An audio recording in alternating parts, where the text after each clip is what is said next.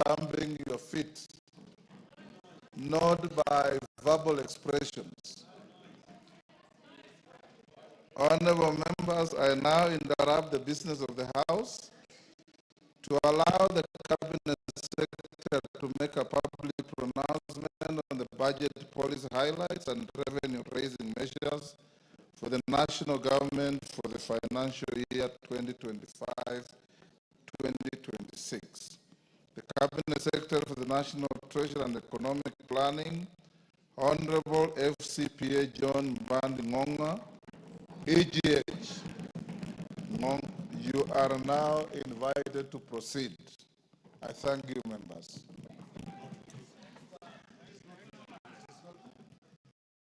Yes.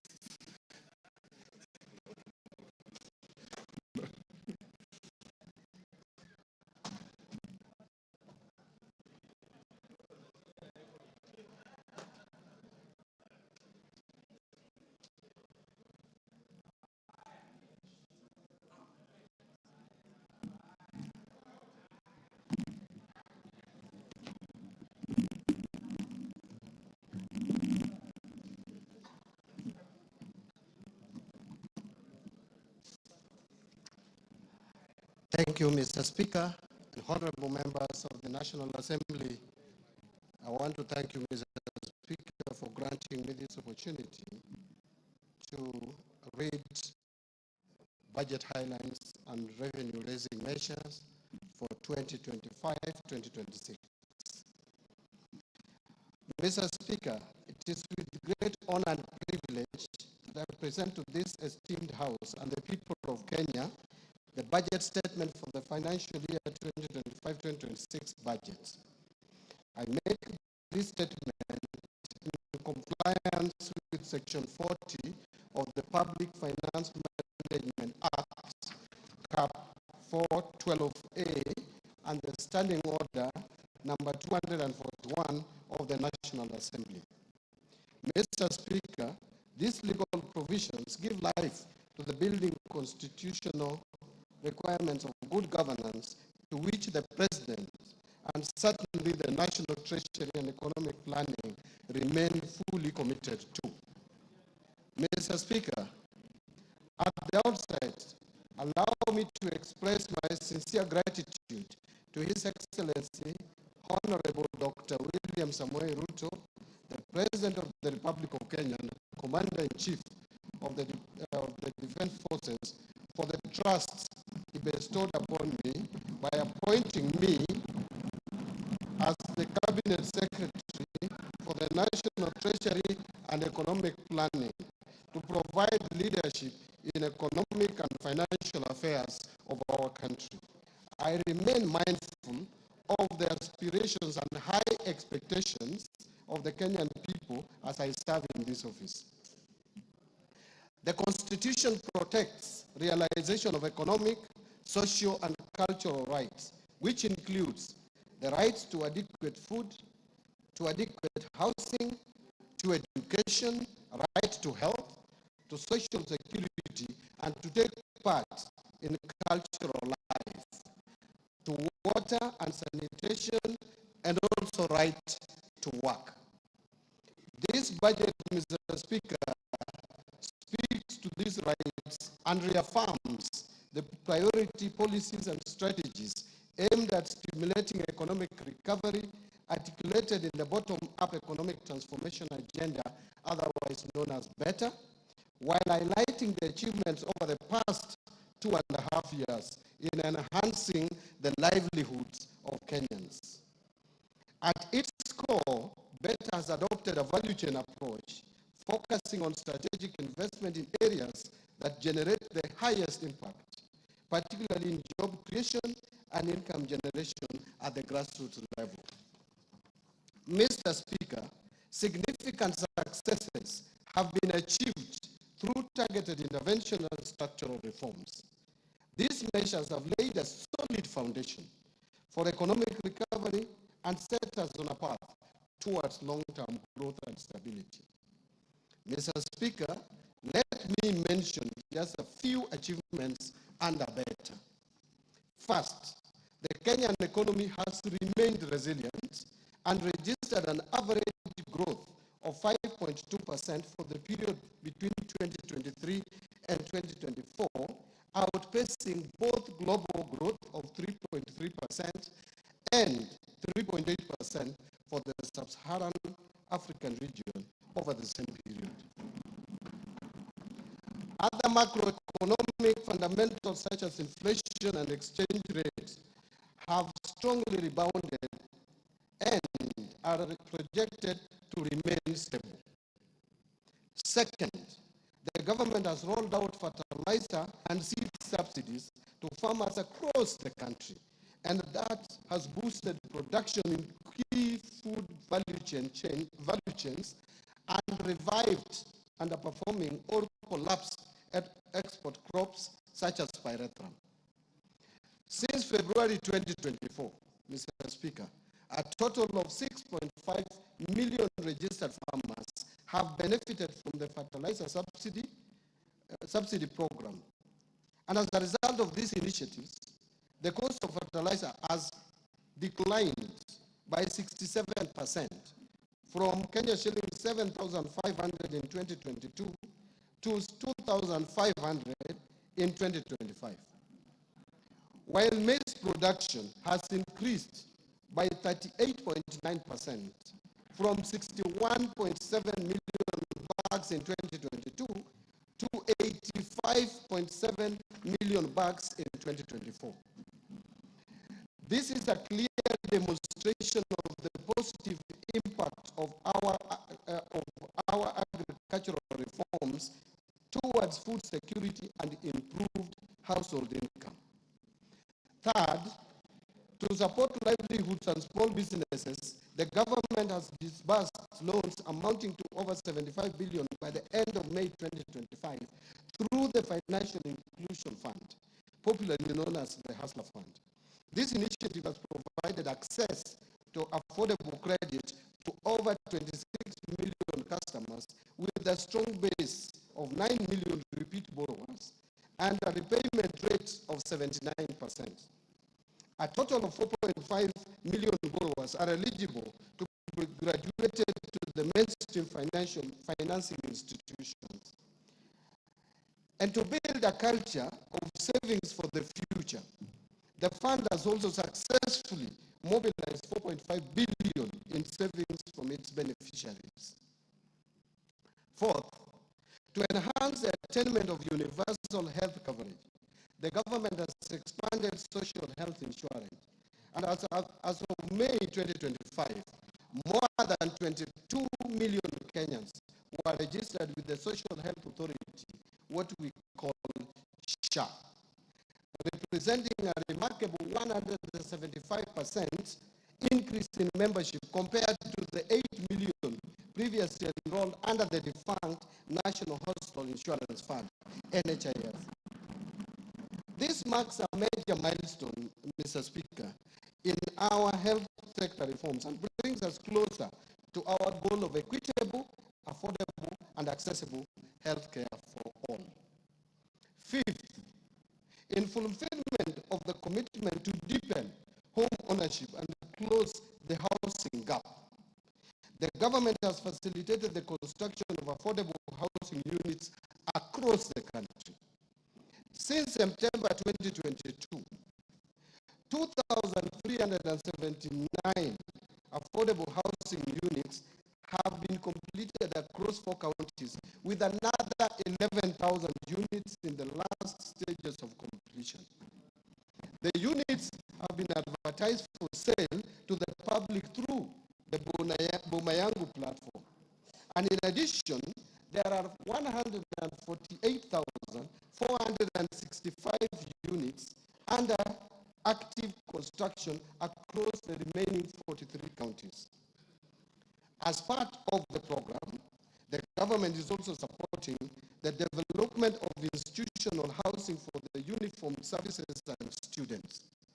Mr. Speaker and honorable members, these efforts have created over 250,000 direct and indirect jobs for Kenyans. In addition, over 11 has been ring-fenced for Juakali and MSMEs to support local fabrication of steel doors, windows, and other construction materials. Sixth, to drive digital transformation and inclusion, the government has expanded last-mile fiber optic connectivity to 13,590 kilometers in 2025, up from 8,900 kilometers in 2022, an increase of 53%. Two, established 285 digital hubs across the country, and also increased the number of digitized government services from 350 in 2022 to 20,985 in 2025 through integration with the e-citizen and mobile platforms, ensuring seamless access for all Kenyans. Seven, to promote access to reliable and competitive energy, the government has expanded energy generation by installing an additional 167 megawatts of electricity from 3,076 megawatts in 2022 to 3,243 megawatts in 2025. This has enabled connection of 932,839 more customers to electricity. The system peak has increased from 2,149 megawatts of electricity in July 2022 to 2,316 megawatts of electricity in February 2025. The total number of customers connected to electricity has increased to 10 million in 2025 from 8.9 million in 2022. 8. To boost education and training outcomes in the country as a tool of creating equality in the society, the government has invested significant resources and implemented radical changes in the education sector, and these include resolving the uncertainty around the competency-based curriculum, CBC, launching of the Kenya Education Management Information System to consolidate all existing student registers from early childhood development to institutions of higher learning into a single centralized database. And 3, rolling out of a new student-focused higher education focusing model with special emphasis for students from vulnerable families. Additionally, in order to improve the teacher-student ratio, the government has recruited 76,000 teachers, including junior secondary school teachers. 9, to enhance domestic and regional connectivity, boost rural productivity, improve urban informal settlements, and reduce urban congestion, this government has constructed an additional 1,574 kilometers of roads and 129 bridges from 2022 to April 30th, 2025.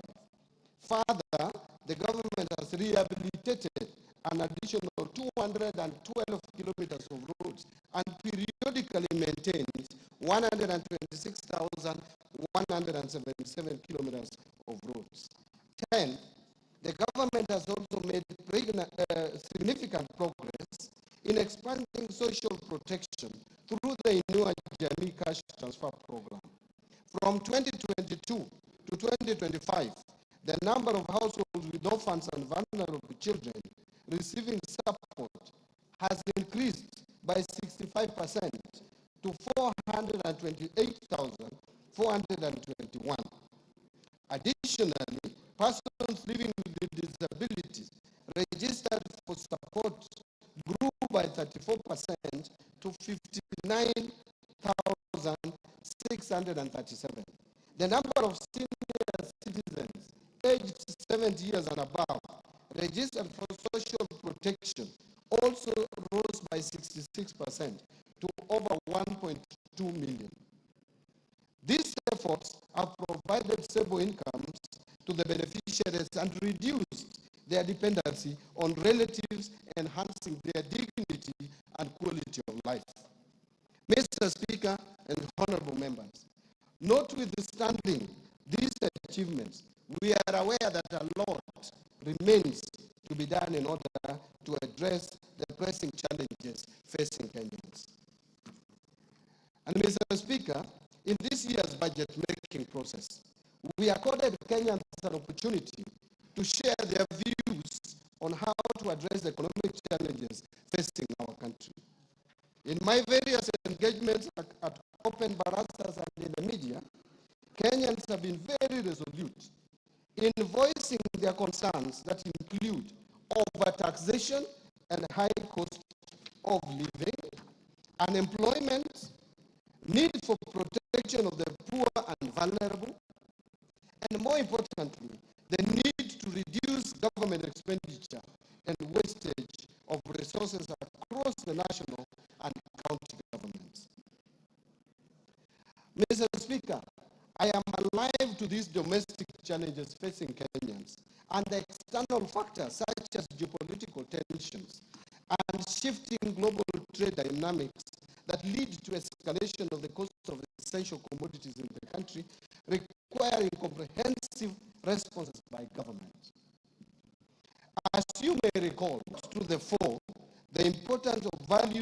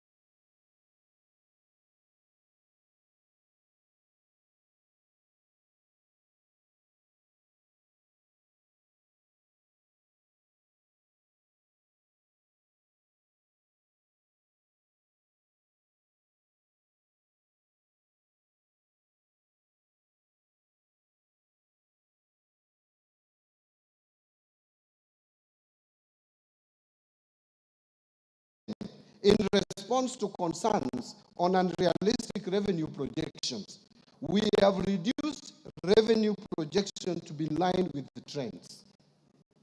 Therefore, Mr. Speaker, revenue projections in the financial year 2025-26 budget and over the medium term are consistent with the growth of the economy.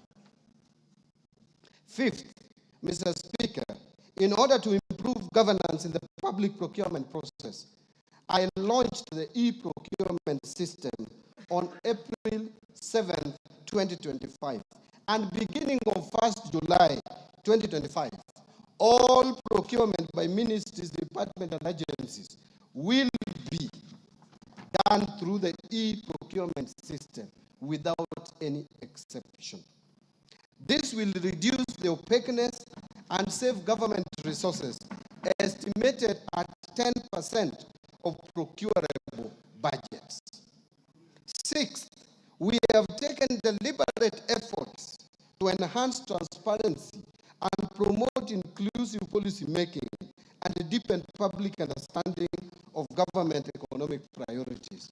We have not only intensified media engagement through the TV stations and radios, but have also engaged the public in open places like Jivanji Garden, Bunge la Wananchi, and Mombasa County, where we held a meeting at Swahili Port Amphitheater. Similar engagements have also taken place in other locations in Nairobi, Mombasa, Eldoret, and Nyeri, thereby providing valuable insights and lessons which which have been taken into consideration while preparing this budget. 7, Mr. Speaker, in order to create additional jobs for the youth, the government has begun rolling out Climate Works, a nationwide program that will engage over 110,000 youth across all 47 counties. The program started last year in Nairobi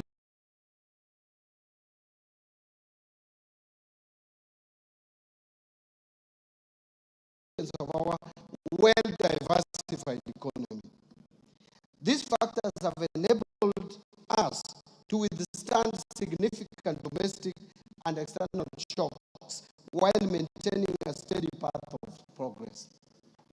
In 2024, the economy grew by 4.7%, supported by positive growth in all sectors except construction and mining. This growth was lower compared to 5.7% in 2023, mainly due to adverse effects of floods in the second quarter and the anti-finance bill protests in the third quarter of 2024 that disrupted economic activities. In fact, our economy closed down for about 3 months. Mr. Speaker, the government policy interventions have strengthened the macroeconomic indicators as reflected in the following achievements. Number 1, inflation rate has declined to 3.8% in May 2025 from a peak of 9.6% in October 2022. The prices of essential food items, including sugar, milk, maize flour, wheat flour, bread, and rice, among others, have eased. For example, the price of 2 kilograms of sifted maize flour has declined to 156.9 shillings in May 2025 from Kenya shillings 177.7 in October 2022. Similarly, cost of energy and power has also come down over the same period. Second, in response to the decline in inflation, the Central Bank of Kenya has gradually eased monetary policy, lowering the central bank rate from 13% in August 2024 to 9.75% in June 2025. With the easing of monetary policy stance, interest rates have been declining. For example, the 91-day Treasury bills rates have declined from an average of 15.9% in May 2024 to 8.3% by May 2025.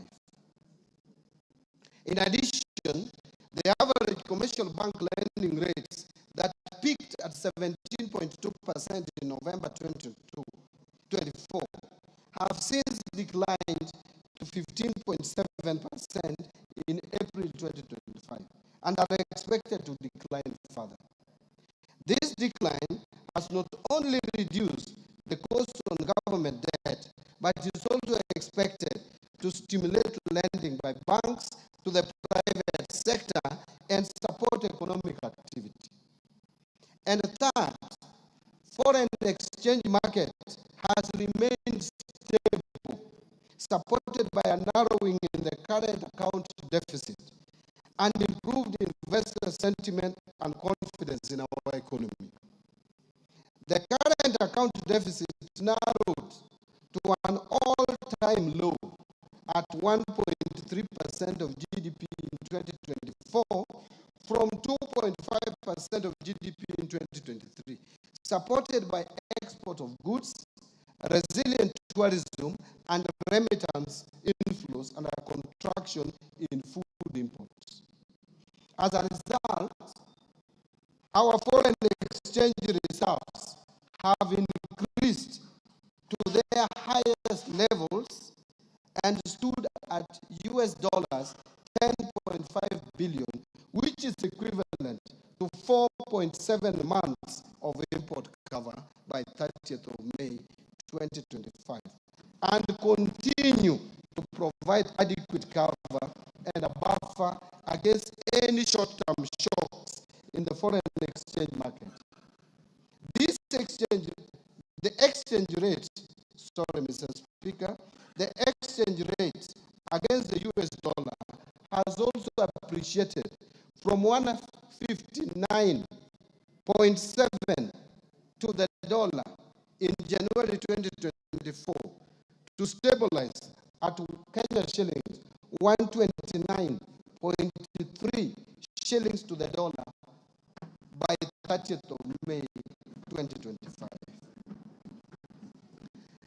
Mr. Speaker, the economy is expected to sustain growth momentum in 2025 and 2026, with the growth projected at 5.3% per year. And Mr. Speaker, this growth outlook is premised on a stable macroeconomic environment over the medium term. To foster macroeconomic stability, the government will continue to uphold prudent monetary and fiscal policies, ensuring that our actions remain aligned with the evolving needs of the economy and of the Kenyan people.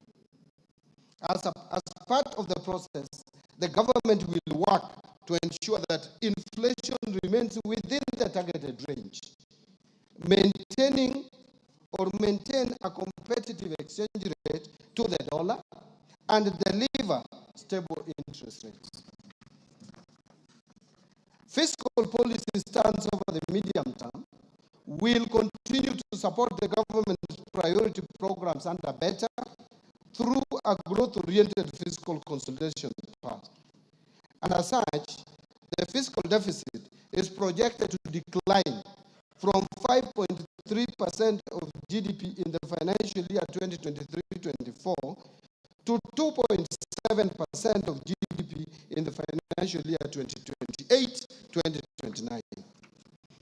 Mr. Speaker, Kenya's economic outlook faces both external and domestic risks. Globally, trade tensions, financial market volatility, and geopolitical conflicts could reduce Kenya's exports, tourism, and remittances, as well as raise costs of essential commodities. In the domestic scene, extreme weather may impact agriculture, infrastructure, and food security. The government is monitoring these risks closely and will take necessary action and measures to safeguard macroeconomic stability. Mr. Speaker and honorable members, let me now expound on the policy, priorities, and structural reforms that the government is implementing to sustain economic growth and improve livelihood of Kenyans. The priorities are under the bottom-up economic transformation agenda. Mr. Speaker, as I have already affirmed earlier in my statement, government's initiatives under BETTER over the last 2.5 years have resulted in significant successes, notwithstanding a challenging domestic and external landscape. Over the medium term, the government will consolidate the gains already realized to stimulate sustainable economic recovery for improved livelihoods. Towards this end, the government will continue to implement policies, programs, projects, and interventions geared towards 1, bringing further down the cost of living, 2, ensuring food security, 3, creating jobs, 4, expanding the tax base, 5, improving foreign exchange balances, and finally, fostering inclusive growth. Priority will be given to attracting strategic investment across Beta's 5 core pillars and their enablers, using a value chain approach to enhance production and add value and improve market access.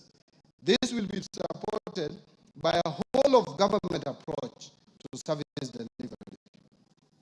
Mr. Speaker, the government will also implement the following interventions to support and accelerate economic recovery. First, continue to uphold macroeconomic stability and strengthen security to ensure a safe and supportive business environment. Second, accelerate the development of key infrastructure, including roads, railway, energy, and water systems to lower the cost of doing business and ease the movement of the people and goods.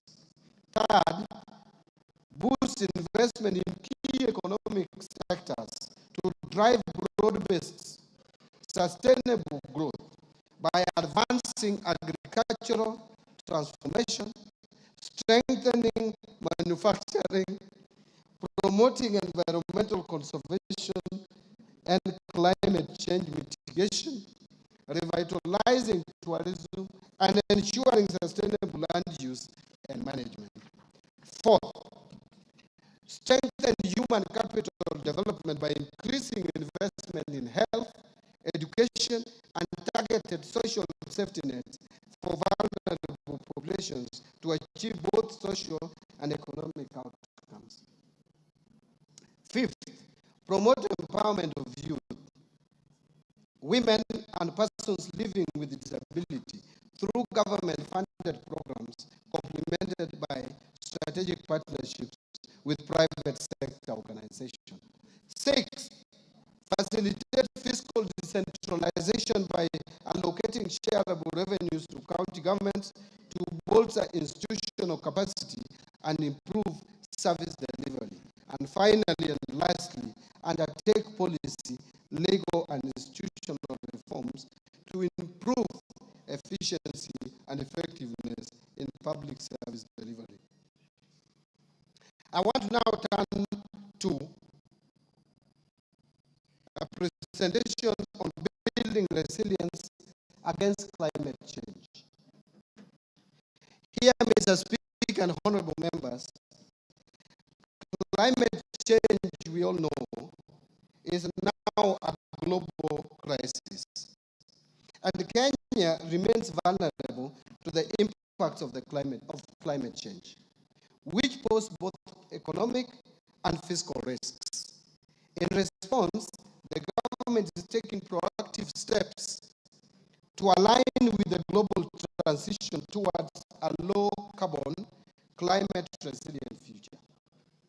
To address the challenges and opportunities in climate finance and investment, the government has developed a number of frameworks, including Climate Finance Mobilization Strategy, National Policy Framework on Green Fiscal Incentives, Carbon Market Framework, as well as the National Green Taxonomy.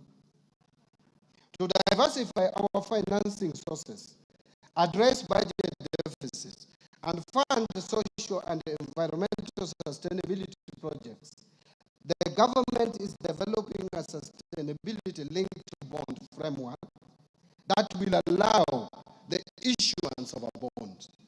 We reaffirm our dedication to protecting our environment, safeguarding livelihoods, and building a climate-resilient Kenya for current and future generations. Mr. Speaker, as a country, we continue to experience challenges of disaster occurrences, mainly due to weather variability and climate change. These pose significant fiscal disruptions, while at the same time affecting lives and livelihoods of millions of Kenyans. Mr. Speaker, in order to have a financing framework to manage disaster risks, The government is finalizing the development of the Public Finance Management Disaster Risk Management Fund Regulations of 2025. The regulations seek to establish a dedicated fund for addressing 4 cycles of disaster risk management, namely preparedness, mitigation, response, and recovery.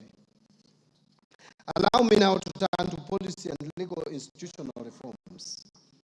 Mr. Speaker, recognizing that sustainable economic recovery depends on the timely implementation of effective policy, legal, and institutional reforms, the government is implementing the following interventions to enhance the business environment, improve efficiency in public service delivery, and bolster accountability and transparency in the management of public finances. Number 1, public procurement reforms. Mr. Speaker, to streamline public procurement, we developed the Public Procurement and Asset Disposal Amendment Bill of 2024, which is currently in Parliament for enactment. The bill seeks to enhance transparency and accountability, strengthen the role of the regulator to enforce standards, compliance and sanctions for non-compliant procuring entities, promote the use of local content, and align with international best practices. I urge the honorable members to fast-track this enactment. Its enactment. Mr. Speaker, in order to fully automate public procurement and asset disposal processes, I launched the end-to-end e-government procurement system in April 2025. The e-government procurement system is a departure, a complete departure from the manual processes, and will lead to increased bidder participation, enhanced efficiency in processing of procurement requests, and increased authenticity of procurement documents through integration with various government systems. Mr. Speaker, the rollout of the e-procurement system is scheduled for July 2025. In order to ensure effective use of this system, the National Treasury rolled out the training of end users from procuring entities in both the national and county governments on the e-government procurement system phase 1 modules that cover procurement planning to contract management. We have since trained suppliers, and to date, 400 e-government procurement system end users comprising public finance management staff and suppliers from both the national and county governments have been trained in readiness for full rollout in July 2025. Next, I want to speak to restraining growth of public sector wage bill, which has been of serious concern. Mr. Speaker, the government continues to implement measures aimed at reducing the ratio of the government wage bill as a share of tax revenue, with a view to free much needed resources for priority social and development spending. The government will implement the following initiatives to control the wage bill. First, the government will fully implement the unified human resource management system across all public sector entities by July 2025. This initiative is part of broader efforts to enhance public sector efficiency, improve management of wage bill, and ensure the effective utilization of public funds. Second, the Salaries and Remuneration Commission continues to sustainably reduce the number of allowances in public service through a phased approach aimed at streamlining allowances to improve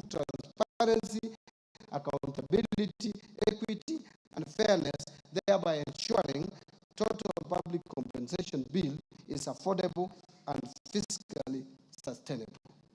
To this end, the Salaries and Remuneration Commission will progressively review allowances and benefits in the future collective bargaining agreements, aligning them to the allowances policy guidelines for the public service.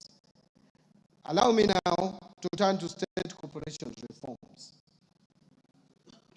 Mr. Speaker and honorable members, state corporations are a major source of fiscal risks to public finances due to management and operational inefficiencies. An assessment conducted by the National Treasury to determine viability of state corporations identified critical gaps and vulnerabilities.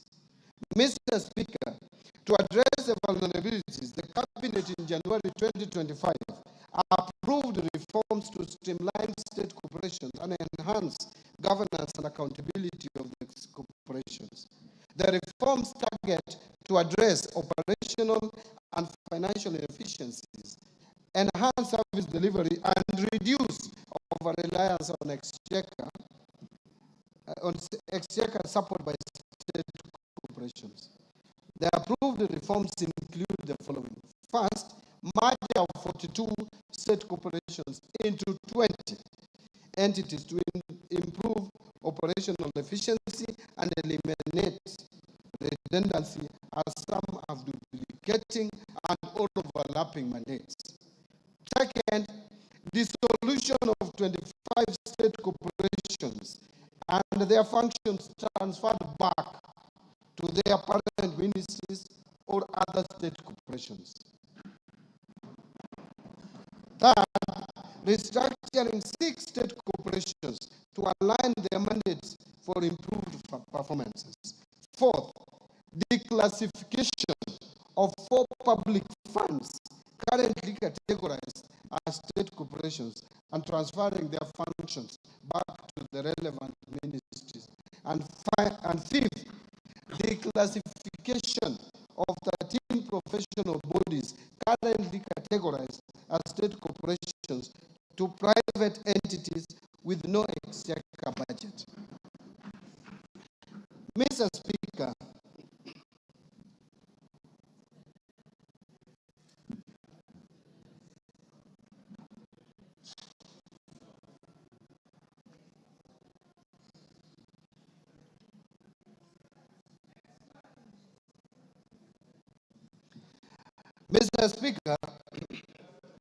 thank you.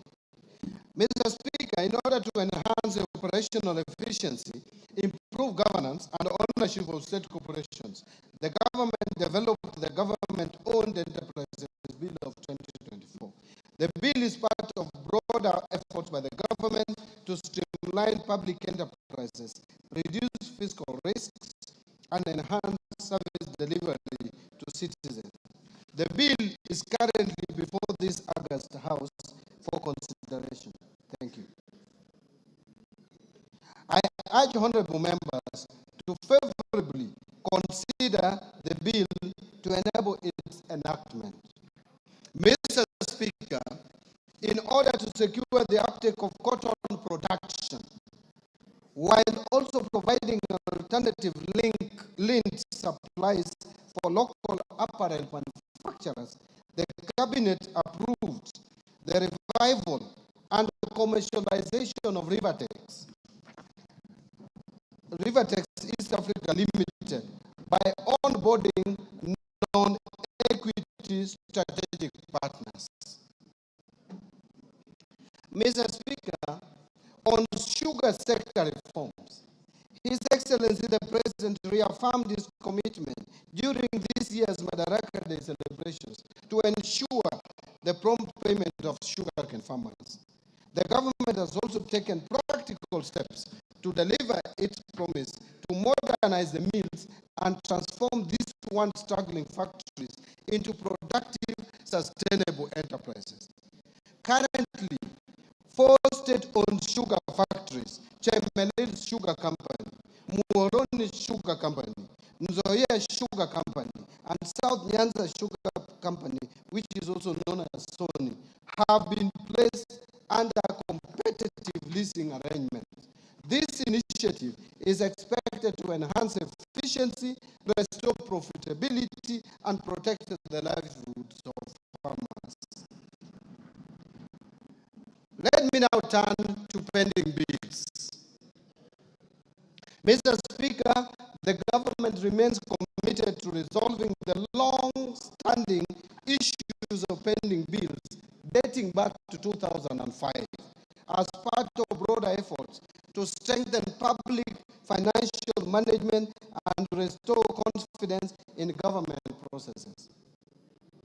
In this respect, the Pending Bills Verification Committee that was appointed in September 2023 is currently finalizing its report for submission by end of this month.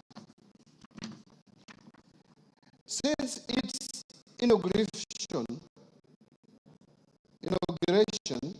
the committee received a total of 65,625 pending bills claims valued at over 571.6 billion.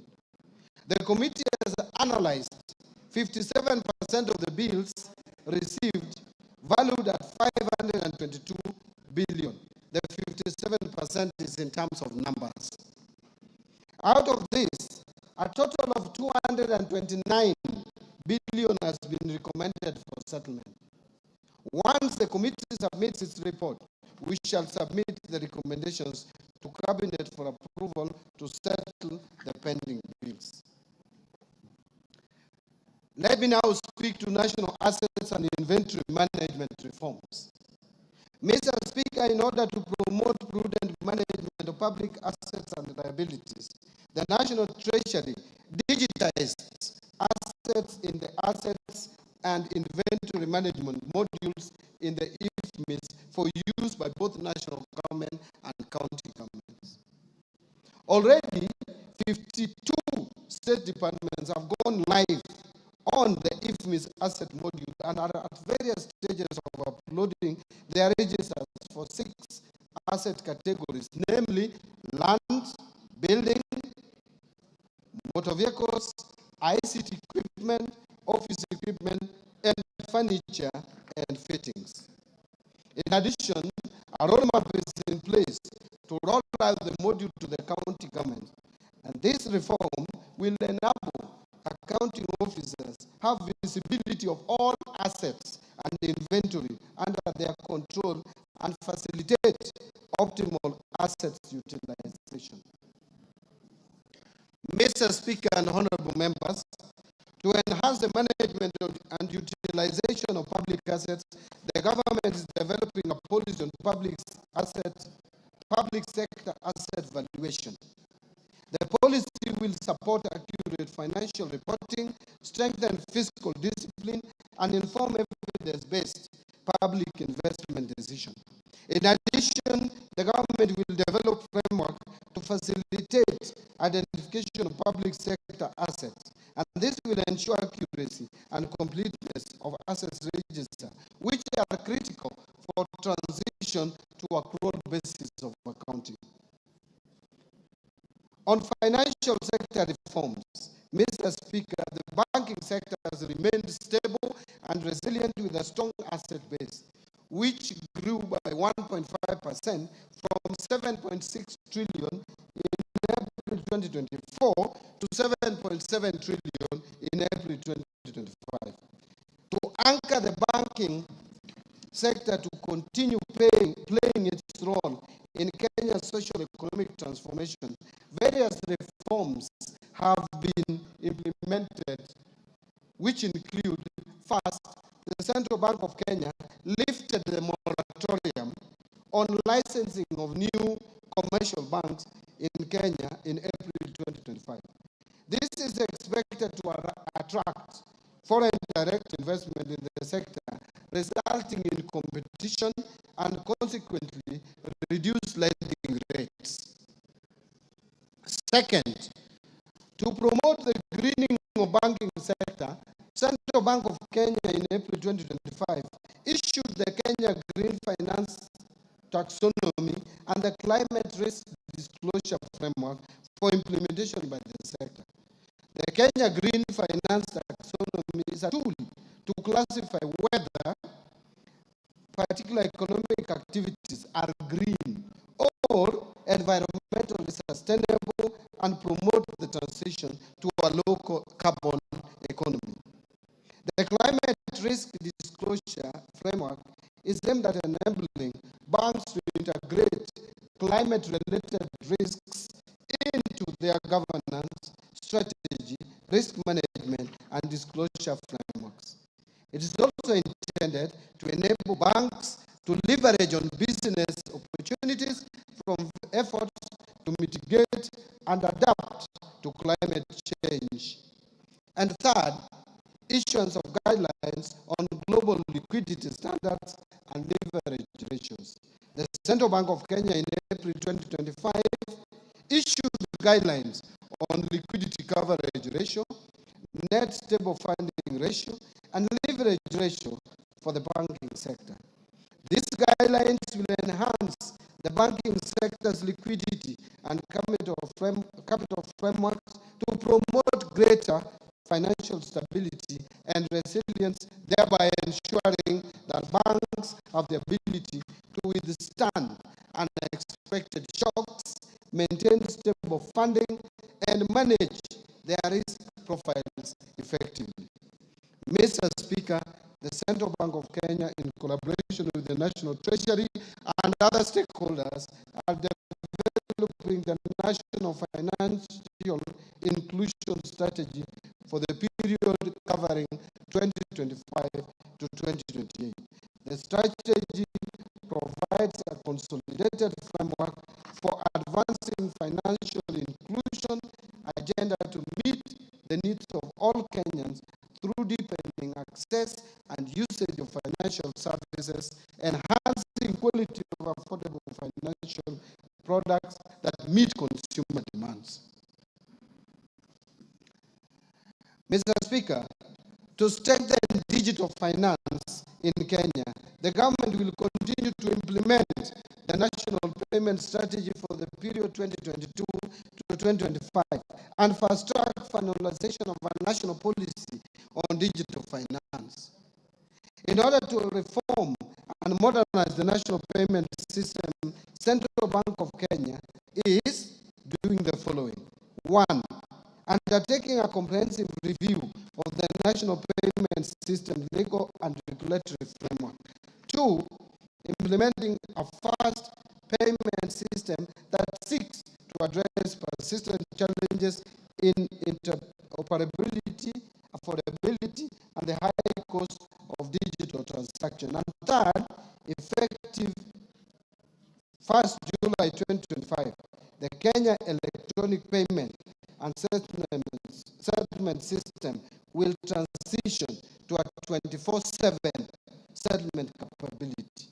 This will support round-the-clock trade, enable faster clearing of government payments, facilitate real-time business-to-business transactions, and provide greater flexibility for consumers and financial institutions. Eastern and Southern Africa Anti-Money Laundering Group in September 2024. Mr. Speaker, as you are aware, one of the technical deficiencies identified assets and virtual assets service providers. In order to regulate this sector, the government has developed the Virtual Asset Service Providers Bill 2025, which is currently before Parliament. Again, I urge honorable members to fast-track its enactment. On capital markets development, to further deepen the capital markets, the government continues to review the legal and regulatory framework to address emerging issues in the sector.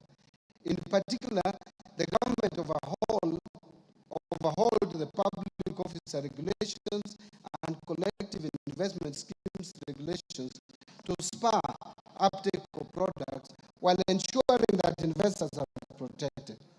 The government has also approved new regulatory frameworks to support credit ratings and alternative investment funds, which have attracted a lot of interest from investors. Further, the government is in the process of reviewing the regulatory framework for licensing, margin trading, conduct of business for market intermediaries and mergers, acquisitions, and takeovers. Once in place, these regulations will reinvigorate capital markets activity and make our capital markets more facilitative and efficient. Mr. Speaker, to diversify the government sources of financing, a Sukuk bond has been issued, while other Sharia-compliant products are in the pipeline. The first Sukuk bond raised 3.2 billion, which has been effectively deployed in the affordable housing program and pension reforms. Mr. Speaker, in the Tax Laws Act, Mr. Speaker, now I turn to the pension reforms. Mr. Speaker, in the Tax Laws Amendment Act 2024, we introduced a number of citizens once they retire, and I thank this Honorable House for passing this Tax Laws Amendment Bill in December. We, among others, increased tax deductible amount, removed tax on all retirement benefits, and introduced tax exemption on pension savings towards post-retirement medical schemes. Mr. Speaker, despite the reforms introduced in this sector, benefit adequacy remains a persistent challenge. Many retirees still find their pensions insufficient to meet their basic needs. And Mr. Speaker, the retirement benefits system predominantly covers the working population in the public and private sector to the exclusion of the unemployed population who are majority in the informal sector. To address this, the National Treasury, in collaboration with key stakeholders, is implementing the National Retirement Benefits Policy.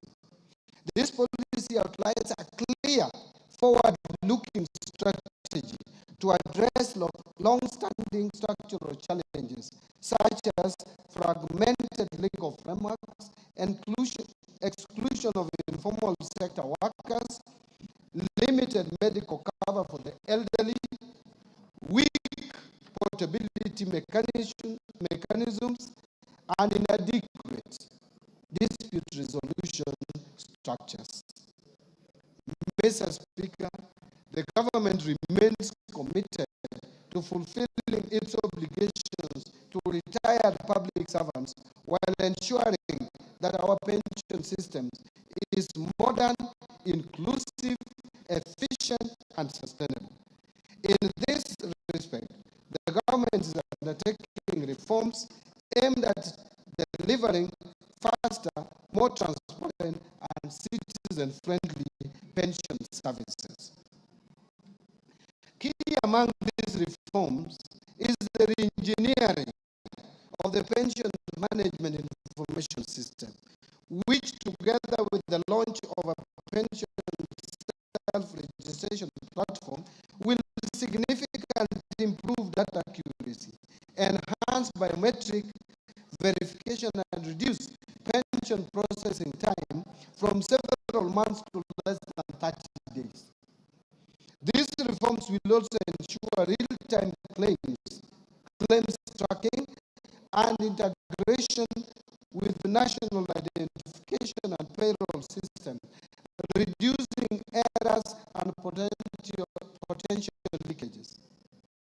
The engineered pension management system is planned for rollout on 1st of July and will transform pension administration by 1. Enabling ministries, departments, and agencies to submit pension claims online at source through integration with the government human resource systems. 2. Allowing pensioners and beneficiaries to access services remotely and track the status of their claims in real time. And 3, providing automated updates to clients on the progress of their claims through system-generated notifications. On insurance reforms, Mr. Speaker, to facilitate the growth of the insurance industry in Kenya, the government will speed up the approval of the National Insurance Policy and its implementation. The policy will guide the review of the Insurance Act, which has served its purpose, albeit with progressive amendments for the last 30 years. Mr. Speaker, the Insurance Regulatory Authority is undertaking focused training on livestock and crop is targeting farmers and pastoralist communities.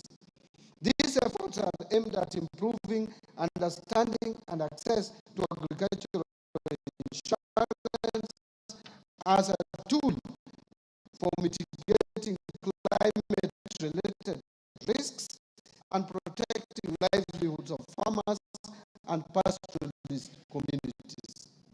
The authority is also conducting a comprehensive money laundering and terrorist financing risk assessment on the vulnerability of the insurance industry. This will aid in the identification of areas of improvement so as to strengthen the supervisory framework. On reforms under the education sector, Mr. Speaker, the National Treasury is committed to upholding the right to education, including free and compulsory basic education as guaranteed under Article 53B of the Constitution of Kenya. While we are cognizant that examinations must be conducted as scheduled later this year, there is need to undertake a critical evaluation of the costing of examination as options of making the exercise of delivering a national examinations simple and affordable without compromising the credibility of the exercise. To this end, the National Treasury is in the Ministry of Education on how best to achieve this at a minimal cost, including evaluation.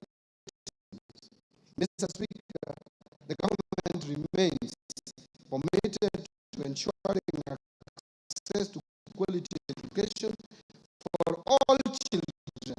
In this regard, I assure the public and the 2025 examination candidate of our commitment to provide adequate funding for 2025 national examinations. On the fiscal policy framework, Mr. Speaker, the implementation of 2024-2025 budget has faced notable challenges, primarily following the withdrawal of the Finance Bill of 2024. Its withdrawal, alongside the associated public demonstrations, adversely affected economic activity and disrupted business operations across the country. Compounding the fiscal pressures facing the government already. In response, the government undertook a revision of the fiscal framework through Supplementary Estimate number 1 in August 2024. This revision reflected a lower revenue base following the preliminary outcomes of financial year 2023-24, while also addressing immediate cash flow constraints. These adjustments were critical to ensuring the continuity of public service delivery. Mr. Speaker, in addition to the mid-year economic disruptions, the budget execution has been further constrained by shortfalls in revenue and emerging expenditure pressures. Notably, the implementation of the collective bargaining agreements and funding requirements under the new university education financing model have placed significant demands on the available fiscal space. These challenges have led to cash flow pressures and a build-up of pending obligations, necessitating careful fiscal management and reprioritization. To address these evolving dynamics, the government prepared supplementary budget estimates to accommodate revenue shortfalls experienced during the current fiscal year and accommodated expenditure pressures. On domestic revenue mobilization, Mr. Speaker, in order to support our economic agenda and sustain key government programs, the government continues to implement a balanced mix of tax policy and administrative measures aimed at significantly boosting revenue collection. As part of the process, the government is focused on broadening the tax base while reducing the burden of compliance. In this regard, we have prioritized sectors such as the digital economy, agribusiness, and small and medium enterprises in tax education and outreach programs. In addition, Mr. Speaker, Kenya Revenue Authority continues to embrace modern technology to streamline tax processes, facilitate trade, and enhance voluntary compliance. Developers to build homegrown solutions for efficient access to tax services.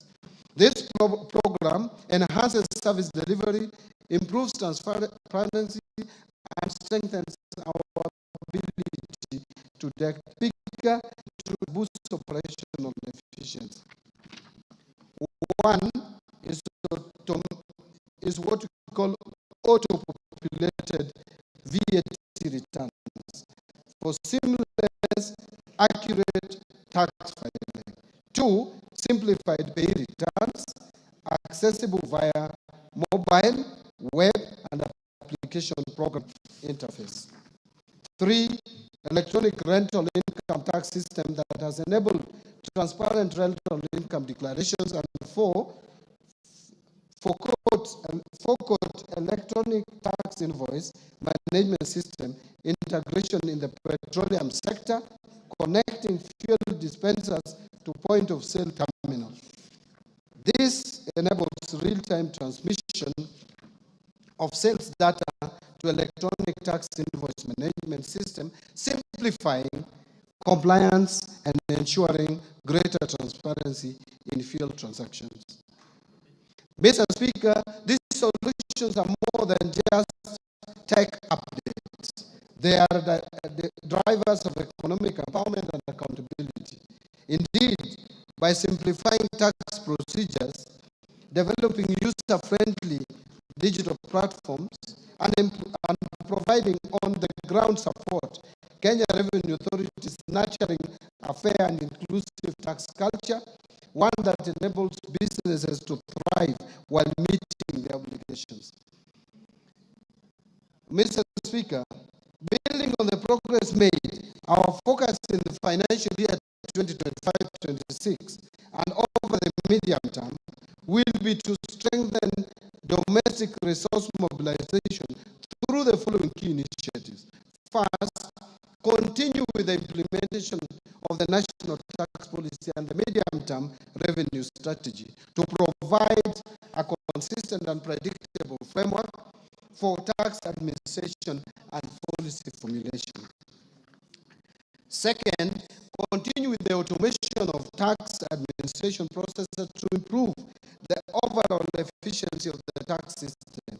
And third, enhancing non-tax revenue collection by enabling ministries, departments, and agencies to generate income through the services they provide to the public. Mr. Speaker, as part of our broader fiscal reform agenda, the government is undertaking targeted tax administrative reforms aimed at strengthening our revenue base and promoting inclusive economic growth. These reforms will focus on three key objectives. One, or first, reducing tax expenditures.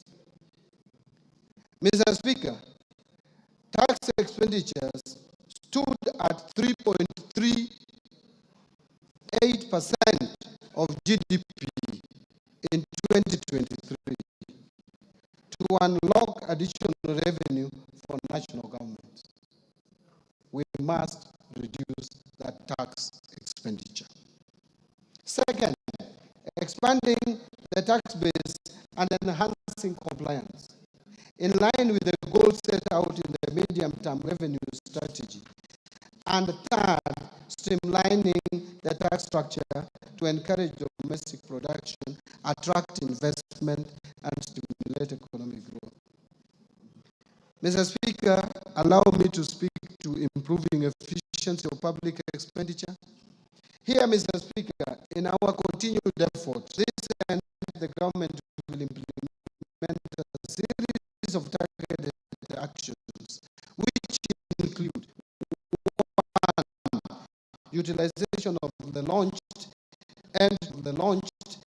end-to-end procurement system to end procurement system to maximize value from better management of the public wage bill. Private partnerships framework for commercially viable projects to attract private sector participation in public service delivery, what we call PPP. 4, improving the public service pension administration through rolling out the pension management information system, and 5, fast-tracking governance reforms in state corporations to strengthen accountability, efficiency, and financial sustainability. I want to now turn to revenue projections.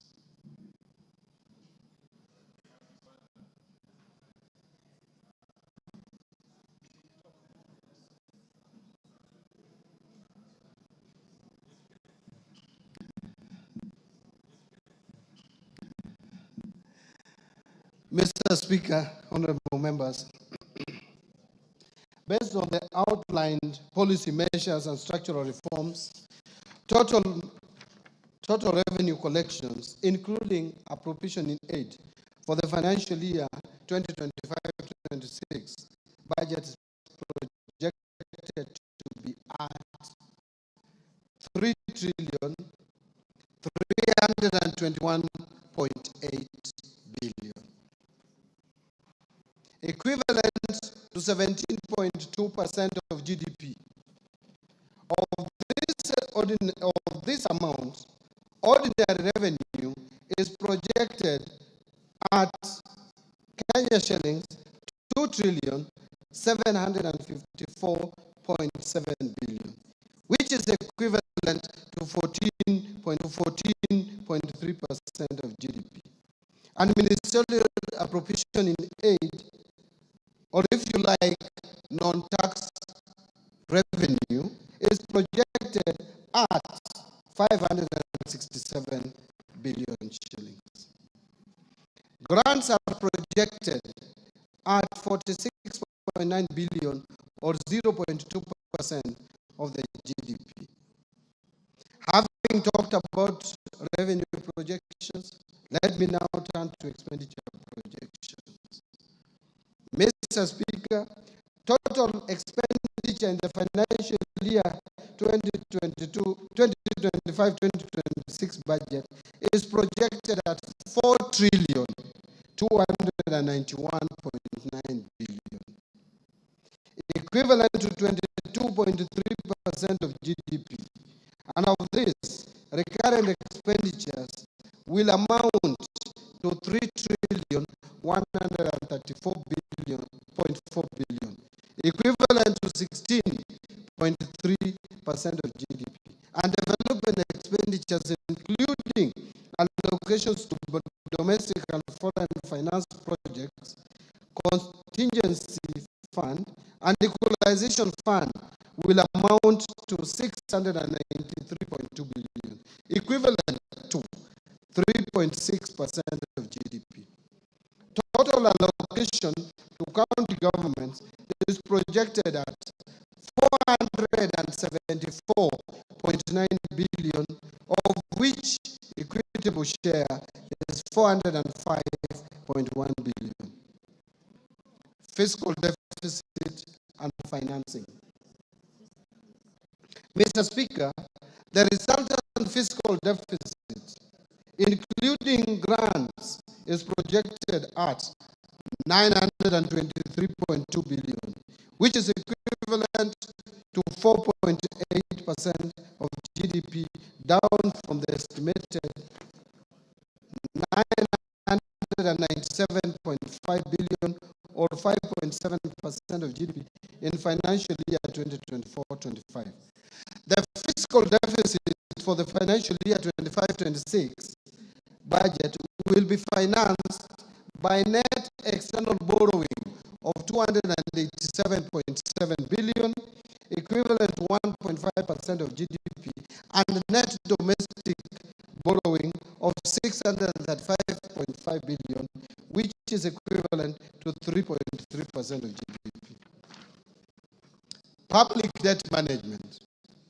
Mr. Speaker, Kenya's public debt is projected to remain within sustainable levels over the medium term. In present value terms, the debt to GDP is projected to progressively decline from 63% in 2024 towards the debt anchor of 55% or minus 5% of GDP plus or minus 5% of GDP for 2028.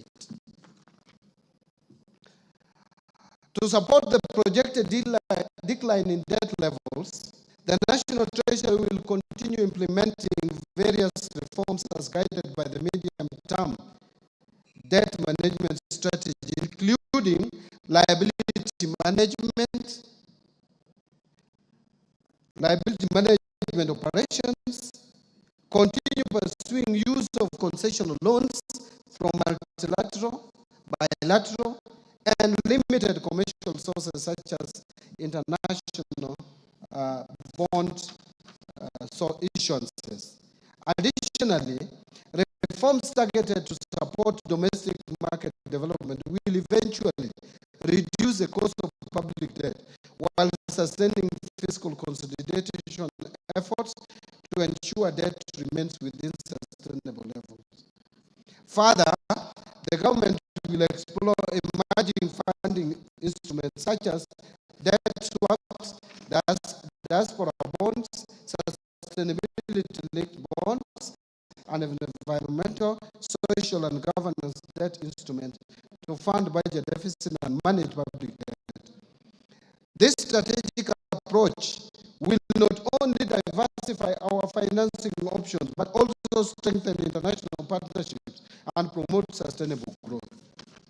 Mr. Speaker and honorable members, the government is keen on sustaining transparency and improving efficiency on public debt service.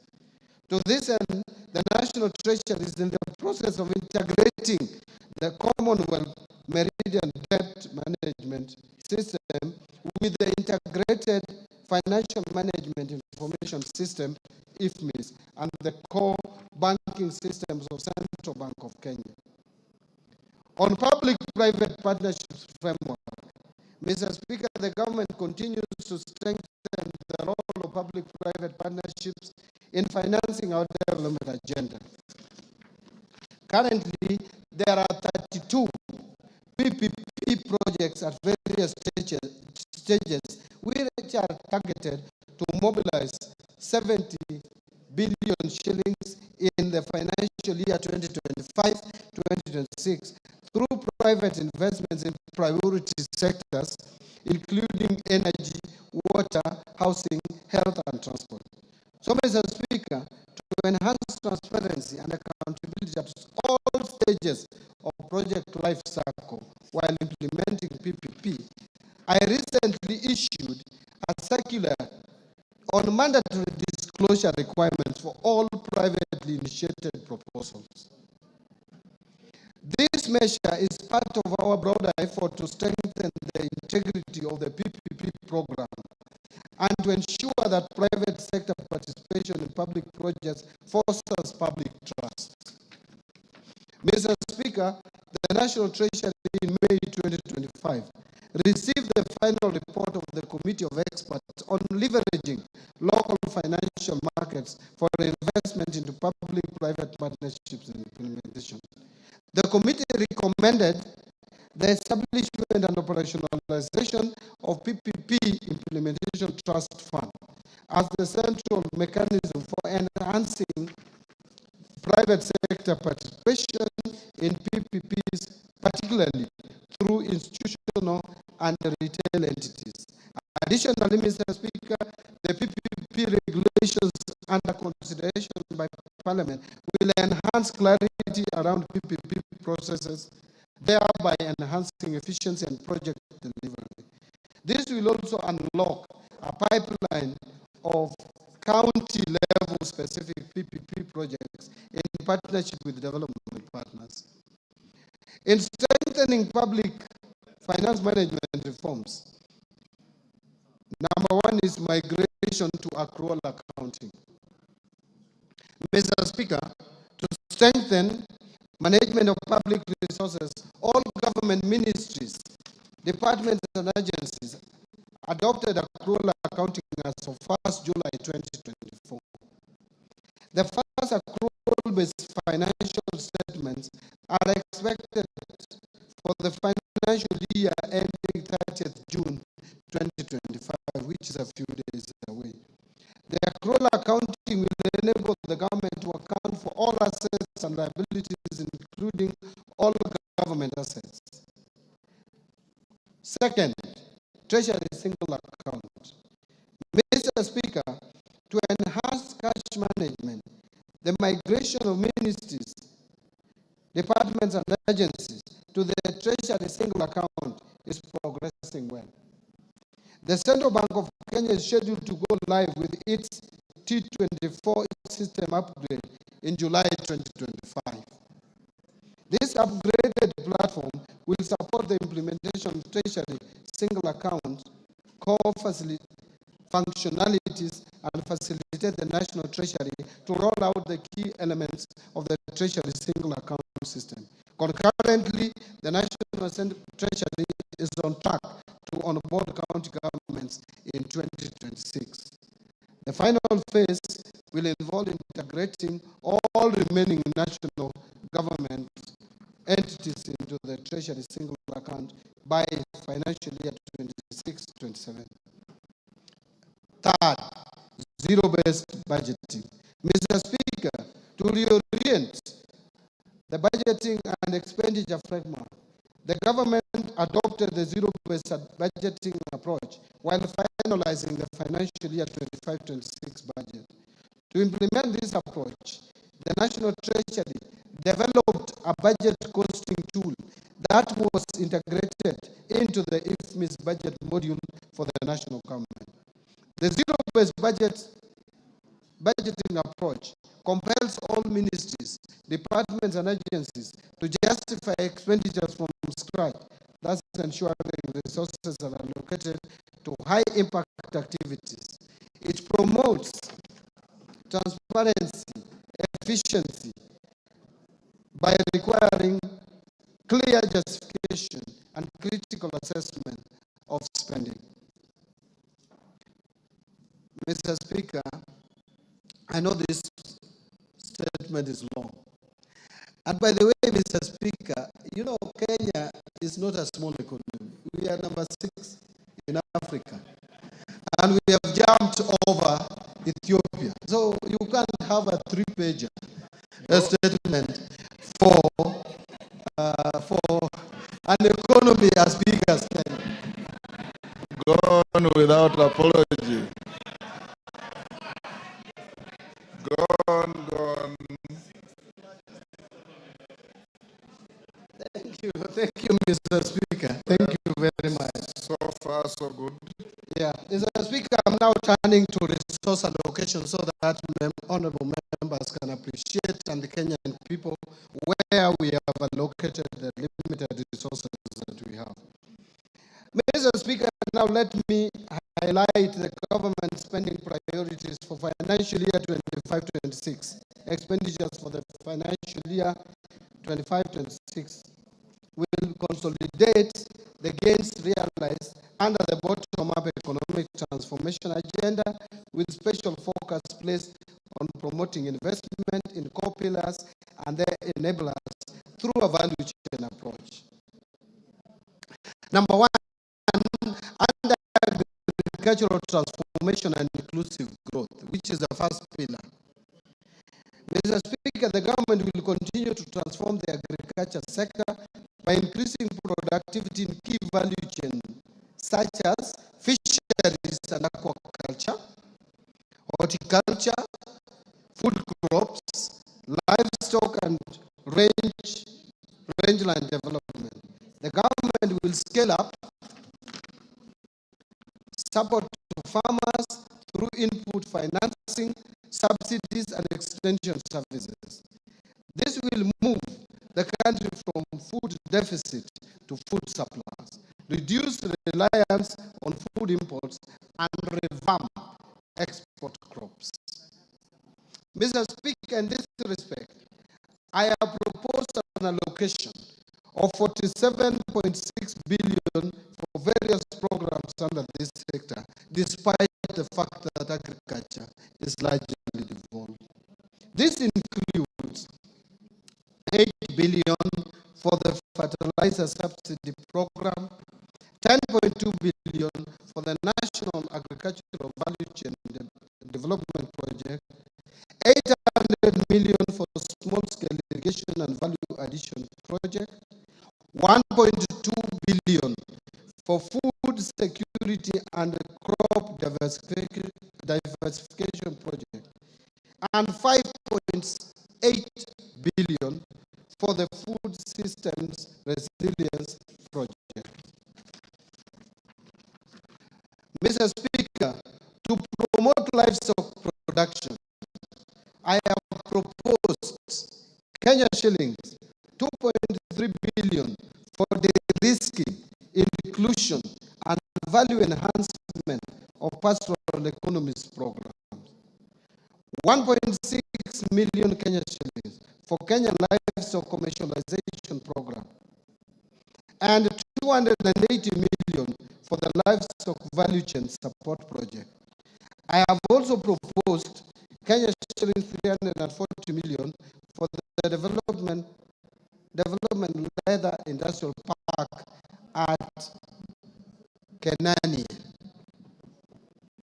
Mr. Speaker, to support the growth of blue economy, I have proposed a total of 8.2 billion to the blue economy and fisheries subsector.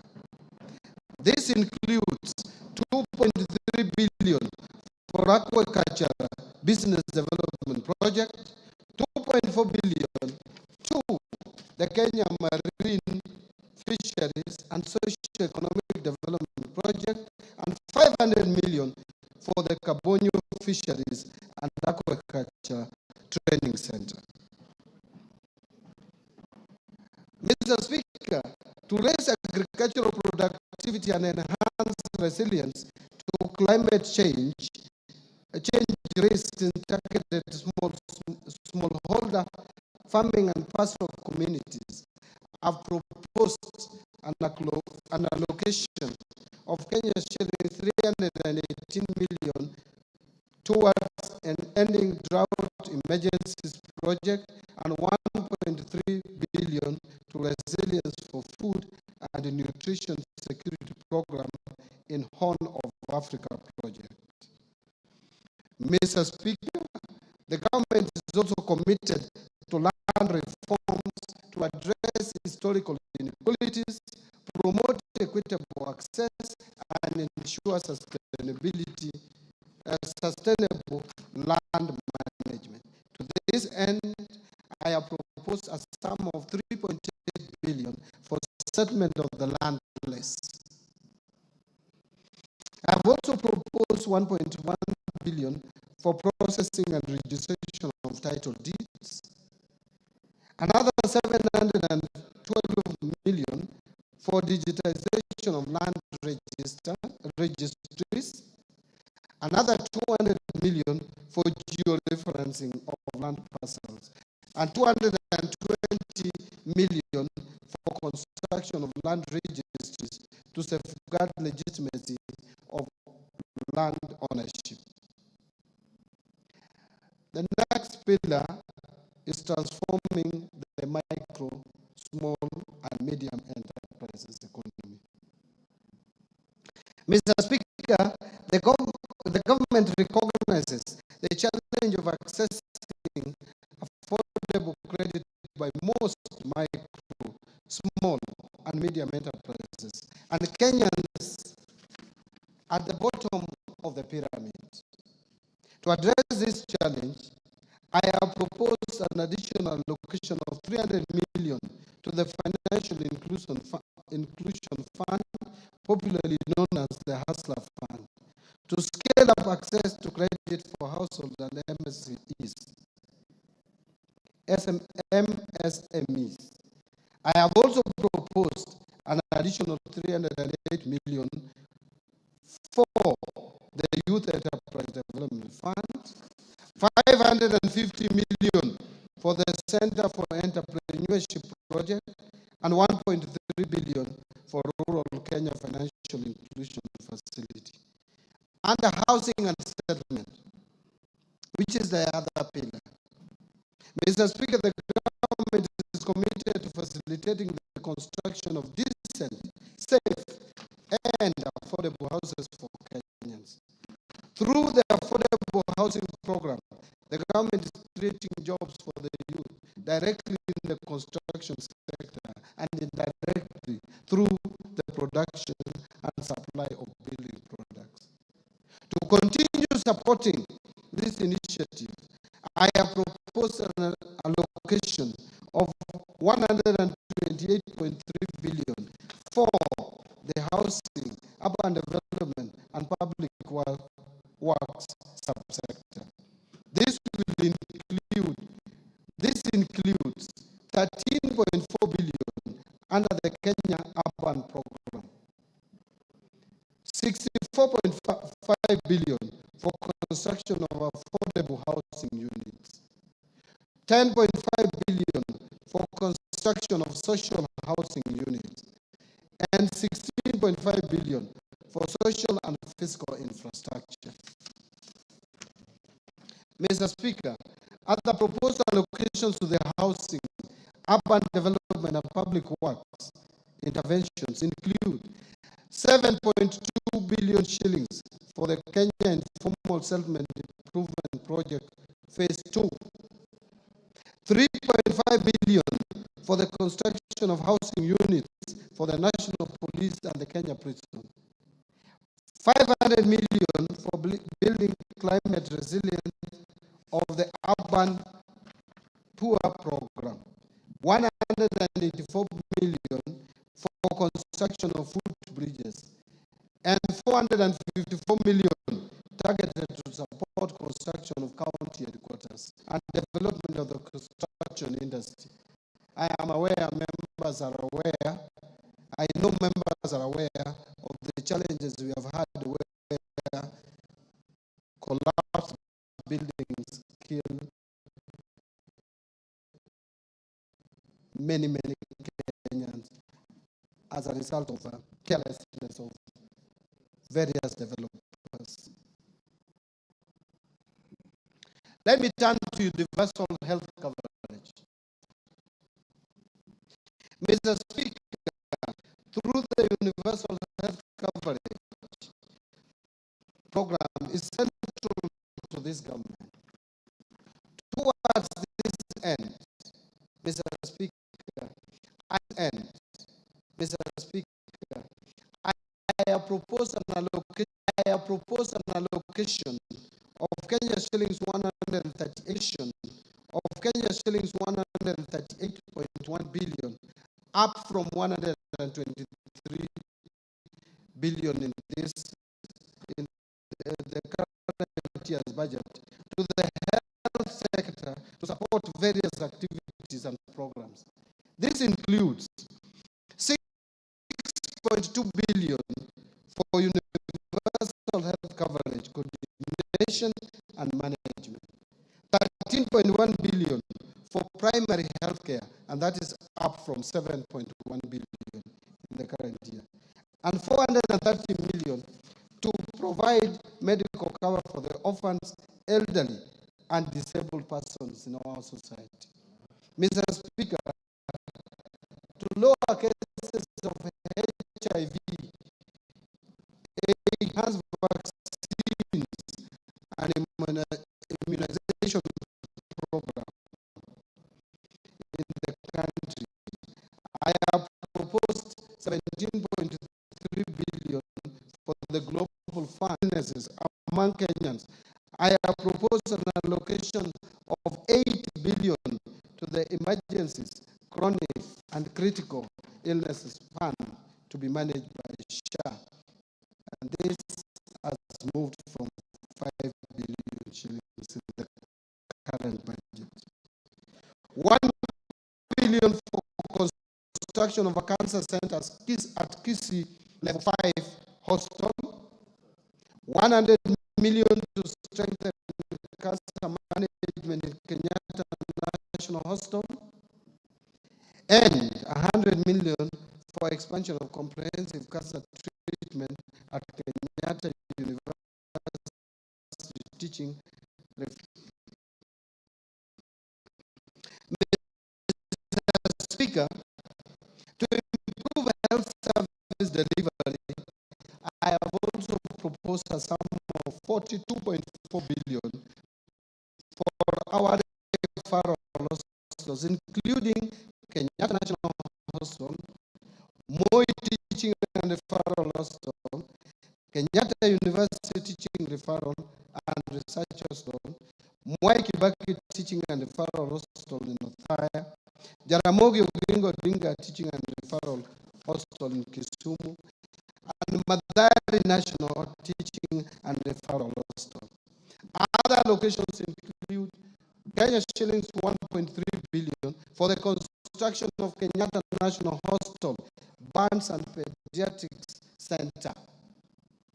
Mr. Speaker, I have also proposed 5.2 billion for Kenya Medical Supplies Agency to recapitalize it, 2.7 billion for the Kenya Medical Research Institute, 500 million for procurement of family planning and reproductive health commodities, and 300 million for procurement of equipment at the National Blood Transfusion Services. Further, to strengthen the capacity of medical personnel, I have also proposed an allocation of 4.3 billion for medical interns, 3.2 billion for community health promoters,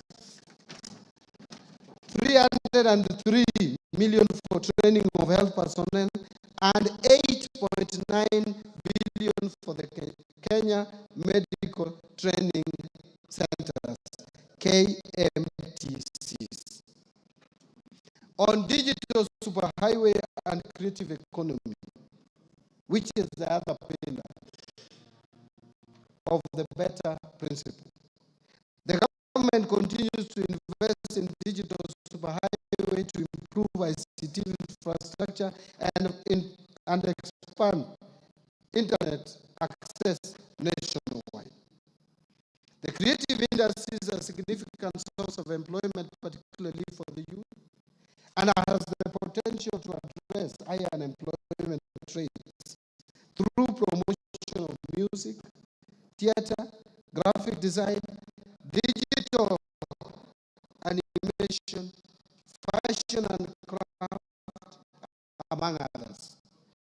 Mr. Speaker, to support growth in the digital superhighway, I have proposed an allocation of 12.7 billion to fund initiatives in the information communication technology sector.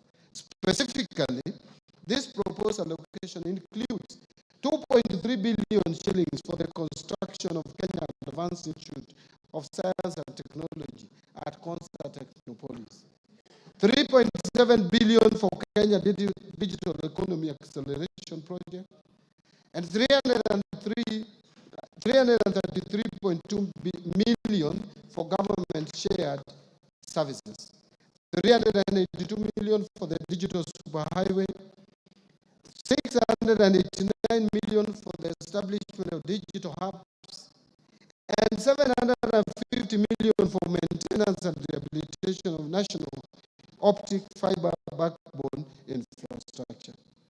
In order to fast-track the development of the Consta Technopolis city, I have proposed an allocation of 3.1 billion for Consta Data Center and smart city facilities. The government is also committed to enhance transparency, accountability, and efficiency in public procurement. I have, in this regard, proposed an allocation of 700 million for rolling out the implementation of the electronic government procurement system, what we call EGP or EGP. EG procurement. Other key allocations to critical sectors supporting better include the following: investing in critical infrastructure. Mr. Speaker, the government will continue to invest in transportation networks, including roads, railways, and air travel, to reduce travel time and logistic costs, making markets more accessible and facilitating the movement of goods and people. Towards this end, I have proposed an allocation of 217.3 billion for development of roads across the country. This includes 30 billion to support construction of new roads and bridges, 70.8 billion for rehabilitation of roads, because we have so many long, the length of roads is so long that we have to maintain them and rehabilitate. And 115.6 billion for road maintenance. Actually, this 115 billion is more than the 85 million that we have in the current budget by 30 billion for maintenance of our roads. Mr. Speaker, to expand railway transport and its infrastructure, I have proposed an allocation of 38 billion shillings. I have also proposed an allocation of 450 million for the Kenya ferry ramp in Mombasa, 331 million for Nairobi bus rapid transport project, and 298.7 million for promotion of e-mobility projects to facilitate movement of goods and people in our inland waters. I have also proposed an additional 110.4 million for acquisition of ferries for Lake Victoria. Mr. Speaker, to scale up production of reliable and affordable energy, I have also proposed an allocation of 62.8 billion to cater for key energy interventions. This includes 31.6 billion for the national grid system, 16.3 billion for rural electrification, 11.6 billion for development of geothermal energy, 2.1 billion for alternative energy technologies, and 743 million for development of nuclear energy. Let me now talk about improving education outcomes. Mr. Speaker, the education sector plays a vital role in economic development by enhancing human capital, driving innovation, and improving productivity. To this end, the government continues to invest in education to raise learning outcomes and ensure equal opportunities for all. Mr. Speaker, I have proposed a total allocation of 702.7 billion to the education sector, which is almost 28% of our entire budget. This will include an allocation of 387.2 billion to the Teacher Service Commission. The allocation for TSC will include 7.2 billion for recruitment of intern teachers and 980 for capacity building of teachers on competence-based education curriculum. Further, I have proposed an allocation of 7 billion for free primary education, 28.9 billion for the school feeding program, and 7.2 billion for the recruitment of intern teachers. I think that one I already mentioned, that's a repeat. And 4 billion for the technical, vocational, educational training and entrepreneurship project. Mr. Speaker, to enhance infrastructure development and provide a safe learning environment in our schools, I have proposed an allocation of 1.7 billion for primary and secondary schools infrastructure, and 1.4 billion for construction and equipping of technical training institutes and vocational training centers. In addition, I have proposed 13.3 billion for the Kenya Primary Education Equity in Learning Program and 2.3 billion for the Kenya Secondary School Quality Improvement Project. Mr. Speaker, other proposed allocations to the education sector include 993 million for research, science, technology, and innovation, 41.5 billion to the Higher Education Loans Board for provision of loans to university and TVET students, and this has increased from 35 billion to 41.5 billion for health.